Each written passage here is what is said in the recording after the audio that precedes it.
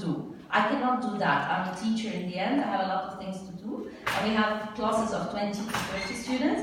And if I'm in a governmental school, I have 50 or 60 students. I cannot do that.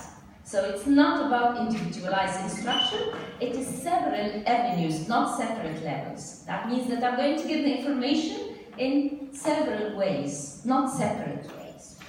And it's not chaotic, unstructured classroom environment. That doesn't mean that when I have differentiated instructions that the class will be chaotic, I will lose control of the class. No, not at all. It is purposeful student movement and talking. When they move for a purpose, and when they're talking for a purpose. And when you give the students, strange enough, when you give them a purpose to what they're doing, they will do it effectively, strange enough. And it is another way to provide homogeneous grouping inside the class. So if we say flexible grouping, that accommodates students who are strong in some areas and weaker in other areas. When I was teaching my last teaching, I was teaching business. And I would come at the end of the semester and ask them to do an advertisement. And I would leave them to group themselves. And strangely enough, you would find that the group is very homogeneous. في ناس ما بتحبش تظهر, the shy students would work on the background. And the ones who like to appear, they will be the ones who would like to be photographed and they would like to be filmed and all this. So leaving them to homogeneously clutter together gets the best out of every one of them. And it is tailoring the same suit of clothes, that clothes that are right fit at a given time. And at the same time, it's not differentiated stuff, it's not labeling students or grouping by ability. I can send you the presentation if you want. If you give me your email, I can send it to you, so you don't have to worry about that. So, labeling the students, even when you tell someone, and we see in the end of the presentation, why is it not wise to tell someone you are gifted, or you are advanced, or you are above the level of the class? Because this is sometimes deteriorating to them. Or labeling someone to be bad at maths, or to be not so good in English, or a certain subject.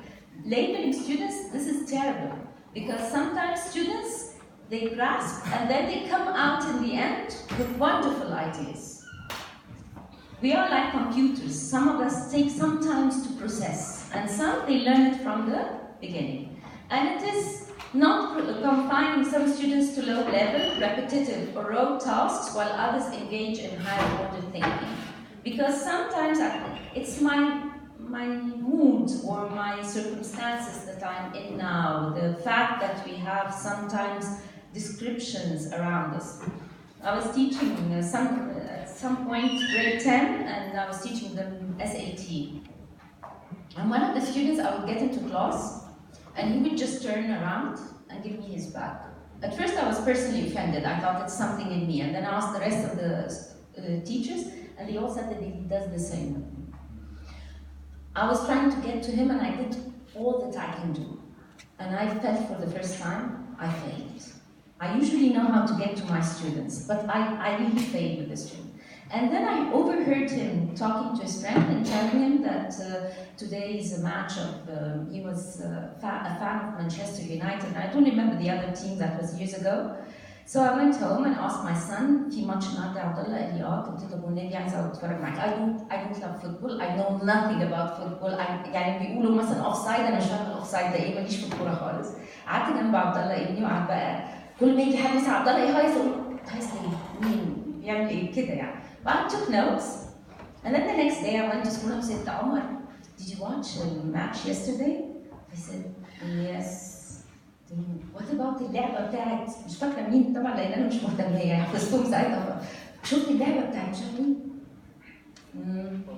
Did you like مش عارفة إيه؟ إيه ده؟ You love football؟ قلت له طبعا. كذابة يعني وش كذابة. And this was the triggering point in him. When I got to know him more, I realized هو عنده gap بينه وبين أخته في حوالي 5-6 سنين. His sister is an excellent student. His mother would send his sister to school to ask about him. So he felt, I will never be like my sister. So he ended up في الآخر being rebellious and defiant. After 1 month, I found a call from the headmistress of the school, and she said, "I want you downstairs." And that was for me, I definitely did something wrong. And when I went downstairs, I found the mother, and she asked me, "أنت بتعملي إيه في عمر؟ اشمعنى الواجب بتاعك اللي عمر بيعمله؟ اشمعنى الجريدز بتاعت عمر معاكي كويس؟" I realized it's just everyone له مدخل. بس that's it. فعشان كده different students working on different expectations with varying success criteria, يعني different rubrics. مش كل الناس عايزة تبقى A students, and not everyone cares about